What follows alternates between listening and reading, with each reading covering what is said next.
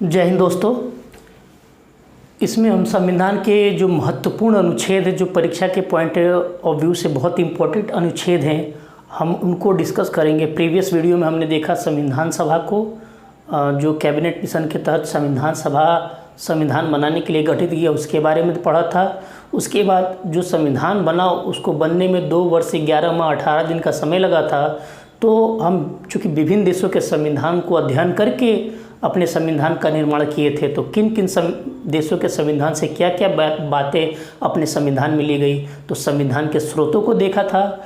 और संविधान जब बन के तैयार हुआ तो उस समय जो मूल संविधान बना उसमें 395 अनुच्छेद थे, 8 अनुसूचियाँ थी और 22 भाग थे, जो कि अब 395 अनुच्छेद जो है बढ़ के जो है 450 के प्लस हो गए हैं। जो 8 अनुसूचियाँ हुई हैं वो बढ़ के 12 अनुसूचियाँ हो गई हैं, और जो 22 भाग थे वो अब 25 भाग है।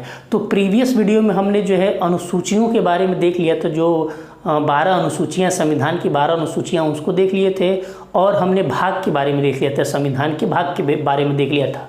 अब जो है संविधान के जो महत्वपूर्ण अनुच्छेद हैं उनको हम क्रम से जानेंगे। जो इम्पोर्टेंट अनुच्छेद है, जो परीक्षा के पॉइंट ऑफ व्यू से बहुत इंपॉर्टेंट है, उनको मैं कलेक्टिवली एक जगह लेके आया हूँ, ठीक है ना। तो हम इसमें 2 या 3 वीडियोज़ बनाऊँगा। मैं इसमें संविधान के जो इम्पोर्टेंट अनुच्छेद हैं, जो 395 अनुच्छेद है, 395 अनुच्छेद में से जो इम्पोर्टेंट अनुच्छेद है उनको एक जगह हम लेके आएंगे भाग वाइज, ठीक है ना। तो इस वीडियो में हम देखेंगे संविधान के महत्वपूर्ण अनुच्छेदों को। तो हम इसको जो समझेंगे वो भाग वाइज अनुच्छेदों का समझेंगे। प्रीवियस वीडियो में हमने दिखाया था कि संविधान के में जो टोटल 25 भाग थे, उन भागों में जो अनुच्छेद को वर्गीकृत किया गया था, अनुच्छेदों का संकलन किया था, भाग में समान एक विषय से संबंधित सारे अनुच्छेदों को एक भाग में रखा गया था। तो उसके हिसाब से टोटल 25 भाग थे, उसका हमने जिक्र बताया था कि किस भाग में कहाँ से कहाँ तक के अनुच्छेद हैं। अब उन अनुच्छेदों में जो इम्पोर्टेंट है वो हम देखेंगे। तो हम शुरू करते हैं। पहला भाग, भाग 1 में जो है भाग 1 में अनुच्छेद 1 से लेकर 4 तक है। पहला अनुच्छेद क्या बताता है? अनुच्छेद पहला बताता है कि भारत जो है वो राज्यों का एक संघ है, राज्यों का एक संघ है, यूनियन है, ठीक है ना। तो परीक्षा में ये पूछ सकता है कि किस अनुच्छेद में कहा गया है भारत राज्यों का एक संघ है, तो अनुच्छेद 1 में है। और ये भी पूछ सकता है भारत राज्यों का क्या है, डैश डैश है, तो भारत राज्यों का एक संघ है। अनुच्छेद 1 हो गया। अनुच्छेद 2 में जो है बाहर से जब कोई राज्य भारत में विलय होगा तो उसका विलय जो बाहर से कोई राज्य अगर भारत में विलय होता है तो वो किस अनुच्छेद के अंतर्गत किस तहत विलय होता है? अनुच्छेद 2 से, बाहर से। तो जो सिक्किम राज्य का विलय हुआ था भारत में, इसी अनुच्छेद के तहत हुआ था। तीसरा, भारत के अंदर जो भी राज्य हैं, तो अगर उनका नाम बदलना है, उनका स्वरूप बदलना है, उनका नए राज्य का गठन करना है, या उनका भौगोलिक विस्तार करना है, या उनका क्षेत्र बढ़ाना है, कम करना है, तो भारत में जितने भी राज्य, उन राज्यों में से काट के अगर नए राज्य का गठन करना है या किसी राज्य का नाम बदलना है तो वो होगा अनुच्छेद 3 के तहत। जो तेलंगाना राज्य है, तेलंगाना राज्य का जो गठन हुआ था इसी अनुच्छेद 3 के तहत हुआ था। तहत ही झारखंड का, छत्तीसगढ़ का और तेलंगाना राज्य का जो गठन हुआ था वो अनुच्छेद 3 के तहत ही हुआ था। अनुच्छेद 4 में क्या है? ये जो अनुच्छेद 2 और 3 है, इनके प्रावधान किस प्रकार से प्रयोग किए जाएंगे, उसमें ये अनुच्छेद 4 में ये कहा गया है। तो भाग 1 में जो है 1 से लेकर 4 तक के अनुच्छेद हैं, 1 से लेकर 4 तक अनुच्छेद हैं। पहले अनुच्छेद में भारत राज्यों का एक संघ कहा गया है। अनुच्छेद 2 में भारत से बाहर अगर कोई क्षेत्र भारत में विलय होता है, भारत में आता है, तो अनुच्छेद 2 के तहत आता है।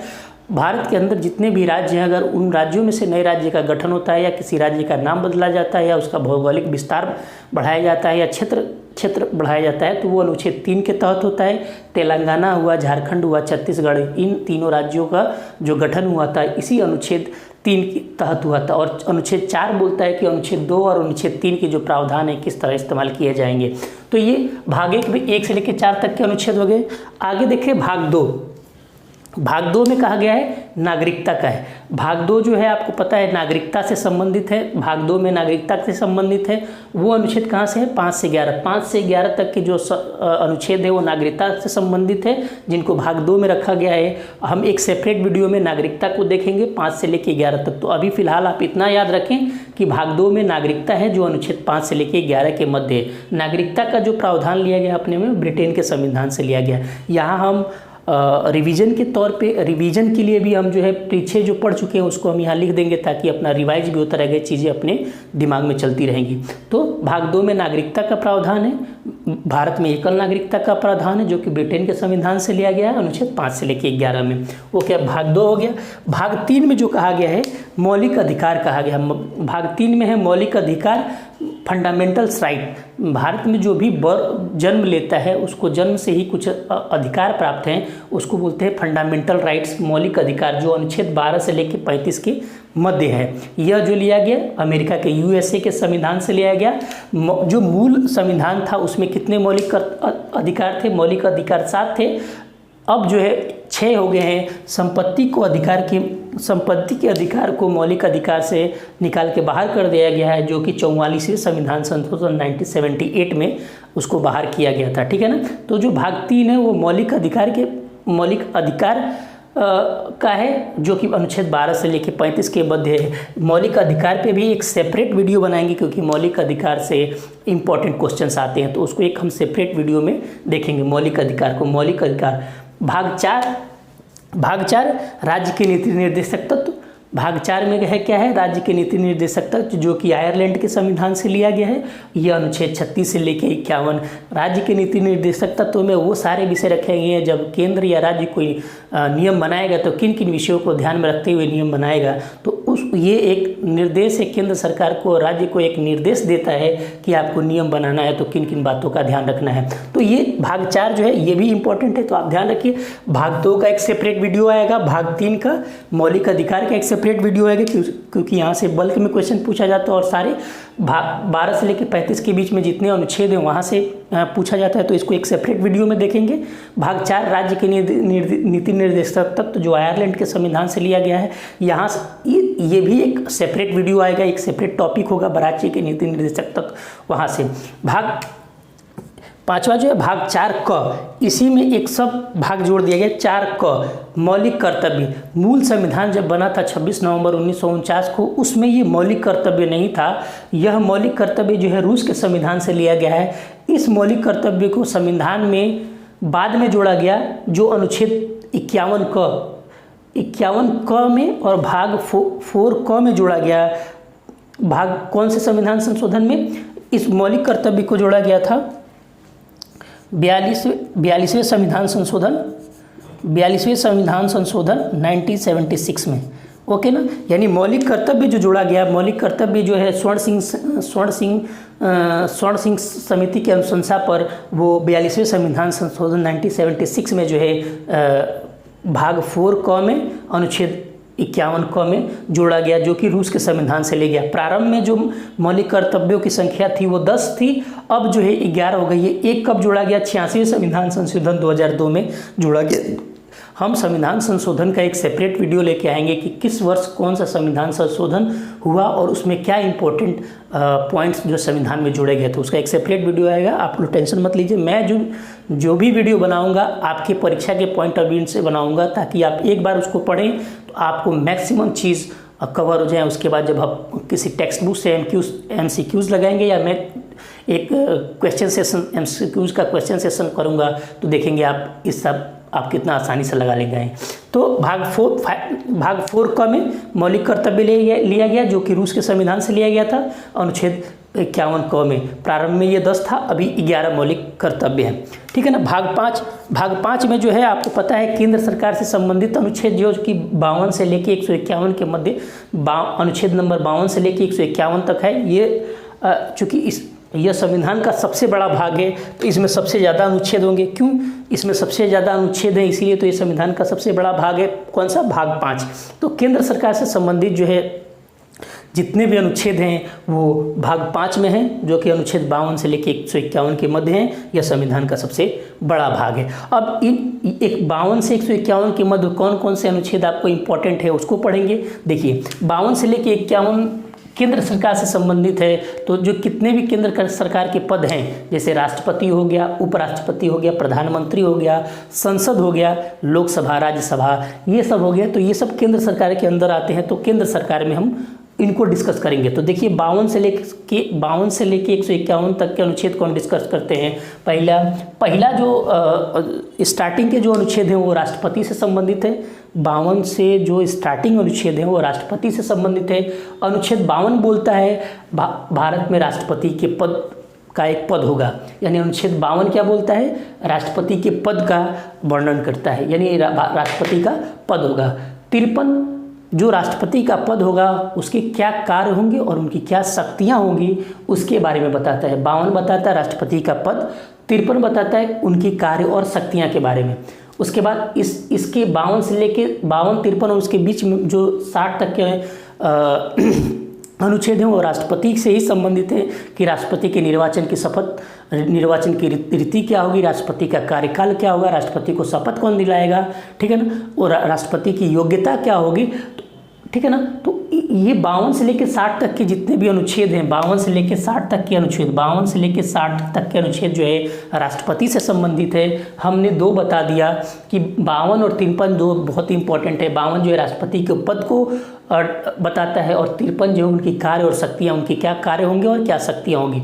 इसके आगे 54, 55, 56, 57 से लेकर 60 तक के जितने अनुच्छेद हैं वो राष्ट्रपति से ही संबंधित है। उनकी योग्यता क्या होगी, उनको शपथ कौन दिलाएगा, उनका कार्यकाल कितने वर्ष का होगा, ठीक है ना। तो वो आप वो देख लेना, लेकिन ये दो इम्पोर्टेंट है। उसके बाद अनुच्छेद 61 जो है बहुत इंपॉर्टेंट हो जाता है। ये जनरली एग्जाम में बहुत बार पूछ लेता है कि अनुच्छेद 61 जो है महाभियोग का जो प्रावधान जो है अनुच्छेद 61 बोलता है राष्ट्रपति पर महाभियोग। अगर राष्ट्रपति अपने कार्यकाल के दौरान अगर कुछ ऐसा काम करते हैं जो कि अयोग्यता को साबित करता है तो उन पे महाभियोग चलाया जा सकता है। राष्ट्रपति को उनके पद से हटाने के लिए महाभियोग चलाया जा सकता है। वो अनुच्छेद 61 के अंतर्गत चलाया जाएगा।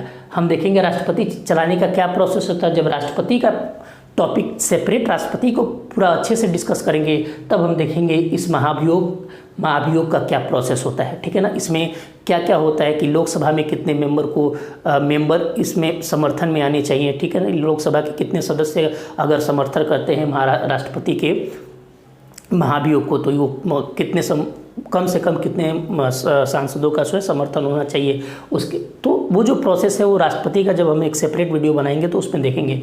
तो अनुच्छेद 61 महाभियोग को, अनुच्छेद 72 जो है, अनुच्छेद 72 राष्ट्रपति के क्षमादान की शक्ति बताता है। राष्ट्रपति को क्षमा दान करने की शक्ति प्राप्त है। वो मृत्यु दंड को भी क्षमादान कर सकते हैं, वो अनुच्छेद 72 के तहत। अनुच्छेद 85 जो है लोकसभा का विघटन जो है राष्ट्रपति कर सकते हैं। जो प्रधानमंत्री की सलाह पे लोकसभा का विघटन राष्ट्रपति करते हैं। तो किस अनुच्छेद के तहत करते हैं लोकसभा का विघटन, अनुच्छेद 85। अनुच्छेद 123 जो है अध्यादेश लाने का, अध्यादेश के संबंध में जब लोकसभा और राज्यसभा का अधिवेशन या सेशन नहीं चल रहा होता है उस दौरान में अगर कोई बिल बहुत इंपॉर्टेंट होता है, देश के लिए बहुत हितकर होता है, तो राष्ट्रपति अध्यादेश ला के सीधे उस बिल को नियम में बना सकते हैं। लेकिन उसकी शर्त होती है कि 6 महीनों के अंदर वो बिल वापस से जो है ना लोकसभा और राज्यसभा से पास होना चाहिए। तो अध्यादेश का देखेंगे, अध्यादेश का क्या कॉन्सेप्ट है। राष्ट्रपति सीधे कोई बिल को अगर अधिवेशन नहीं चल रहा होता है लोकसभा और राज्यसभा का तो सीधे किसी अध्यादेश के माध्यम से जो है किसी विधेयक को ला सकते हैं नियम में, ठीक है ना। तो 1, 2, 3 अनुच्छेद 1, 2, 3 ये सीधे 1, 2, 3 तो ये अध्यादेश है। अनुच्छेद 143 जो है ये राष्ट्रपति से संबंधित है। राष्ट्रपति चाहे तो सुप्रीम कोर्ट के मुख्य न्यायाधीश से सलाह ले सकते हैं किसी भी विषय पर, लेकिन वो सलाह ले सकते हैं लेकिन उसके लिए बाध्य नहीं होगा कि सुप्रीम कोर्ट के मुख्य न्यायाधीश से जो सलाह लेंगे उसको मानना ही होगा। तो ये जो अनुच्छेद है ये राष्ट्रपति से संबंधित है। कौन कौन से, अनुच्छेद 52 राष्ट्रपति के पद को बताता है।